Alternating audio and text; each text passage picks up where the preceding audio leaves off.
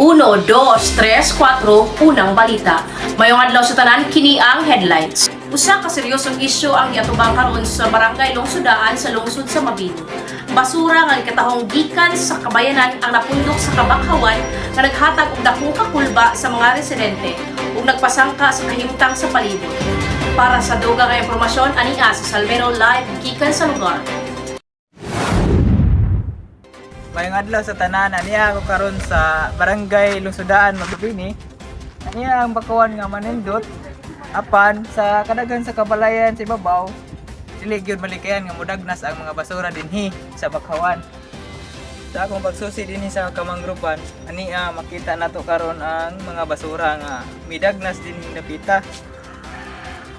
Dili siya kadaghan kayo pero nagkatag yun siya padung adto sa kamangrupan hangtod adto sa unahan. Sa pagkakaroon, nagkadaghan ang mga tao nga nagpuyo dool sa dagat diri sa Lungsodaan. Maong dili gyud malikayan ang mga basura nga mosangkot ug mudagsa dinhi sa mga bakawan nato nga naa sa atong likod karon. Matod sa mga lumulupyo, dugay na sila nakasinati sa pagdagsa sa mga basura dinhi sa kabakawan apan mas migrabe ang kahimtang diktado na ilang panginabuhi. Labi na sa kadtong mga mukuha sa isda ug uban pang pangkinaihan nga naa sa kabakawan. Nagkabahala usab sila sa posibleng kadaot sa habitat sa isda ug sa ilang proteksyon batok sa baha ug sa mga pawo. Istorya ta karon sa usa ka residente nga usa sa nagpuyo dinhi. Unsa inyong reaction ma'am sa pagdagsa sa basura dinhi sa atong kabakawan? Kuan nagawa yung ikasulti ang reaction na kanangay maka-discourage bitag samot kay kaning among area dani government property man lagi ni kanangay hugaw na bitaw daan bisan pag di mo magsigiglabay og basura sa among lodges bay sa palibot kanang anja madagsaan pa jud samot misamot og kahugaw bitaw daghan na pud ning kunluan na magsegregate ba dyan ilahi ng mga plastic, mga cellophane, mga malata, mga dahon, kung sige may panghilos ang palibot, kaya syempre, labihan ang budget pa. Nang kanang na ay samot nagbagyo-bagyo, kanang na ay maka-discourage o kanang bitang sa napundag kung taas o tubig bitaw high tide.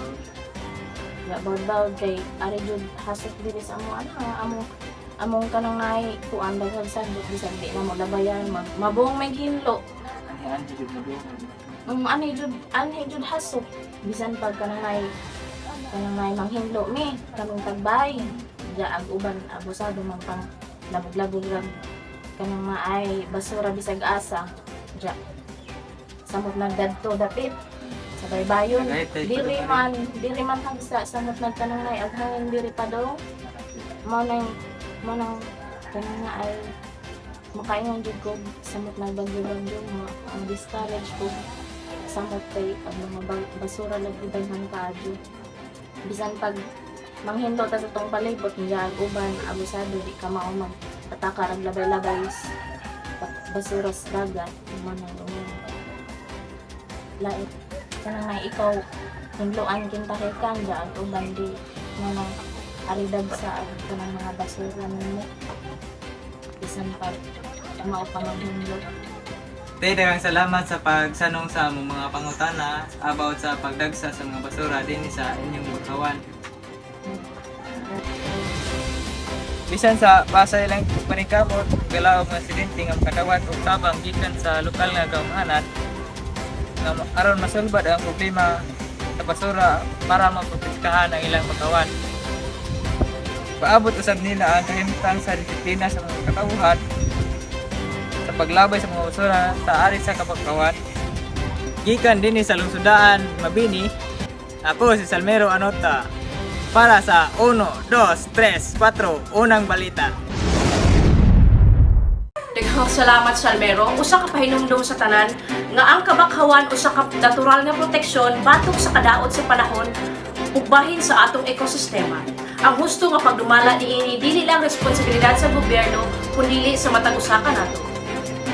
Sa panahon karon nga nagakusog ang bulga sa pagbaha, storm surge ug bagyo, Ikinahanglan nato ang natural nga panalipod sa atong komunidad. Usa niini ang bakhaw o ang mangroves. Apan, unsa gayud kadako ang papel sa bakhawan sa pagpanalipod sa katawhan sa panahon sa kalamidad? Ania si Marie Carbotron para sa mas lapad nga detalye.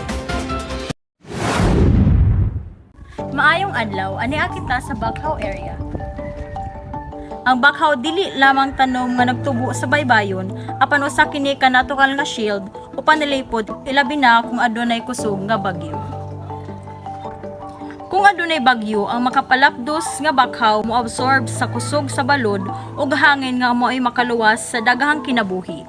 Nakatabang usab kini sa pagpugong sa baha ug paglig-on sa yuta.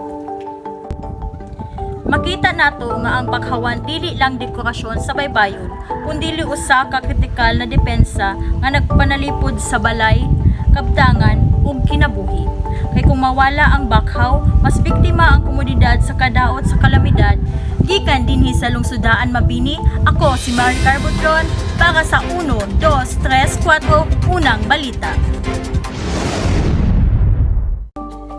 Daghang salamat Maricar. Usa ka pahinumdum nga ang pagreserba sa bakhaw dili lang buhaton kung moabot ang kalamidad, kundi adlaw-adlaw kini nga responsibilidad. Ang kaluwasan nato magsugod sa pag-atiman sa atong kinaiyahan. Kini si Josel Bersano para sa 1, 2, 3, 4 unang balita.